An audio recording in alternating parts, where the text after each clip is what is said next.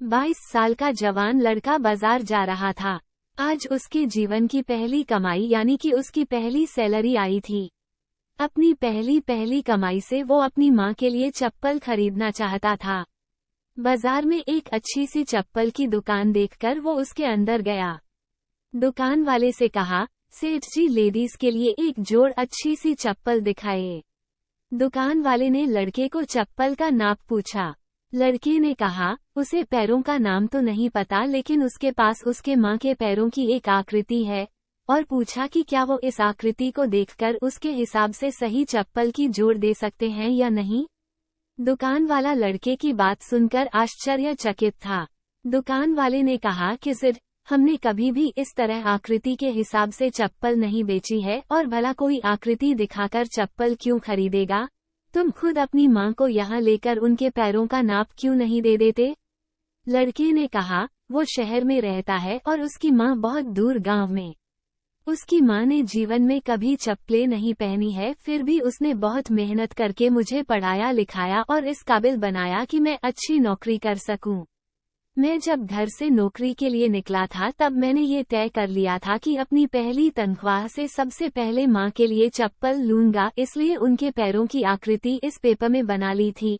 लड़के ने एक सफेद कागज में बनी पैरों की आकृति दुकान वाले को दिखाते हुए कहा। लड़के की बातें सुनकर दुकान वाले की आंखों में पानी आ गया।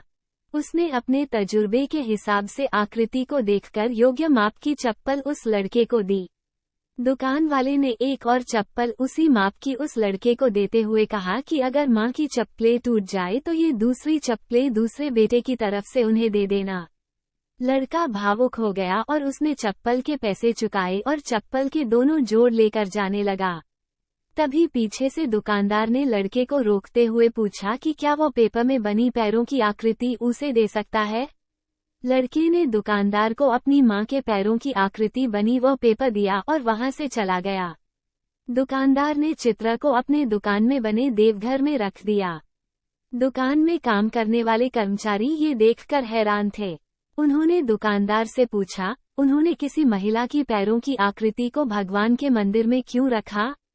दुकानदार ने कहा, ये किसी साधारण महिला के पैरों की आकृति नहीं है। यह एक बहुत ही महान माँ के पैरों की आकृति है, जिसने इस लड़के का इतने अच्छे संस्कारों से पालन पोषण किया है। इस लड़के की तरक्की को कोई नहीं रोक सकता और मुझे भरोसा है कि इन पैरों की कृपा की वजह से हमारी दुकान भी हमेशा हरी भरी रहेगी और दुकान अच्छी चलेगी। दुनिया में माँ हर किसी की होती है। बिना माँ के जीवन संभव नहीं है, लेकिन बहुत कम खुशनसीब लोग होते हैं जो माँ का महत्व समझते हैं और उन्हें हमेशा खुश रखने का प्रयत्न करते हैं।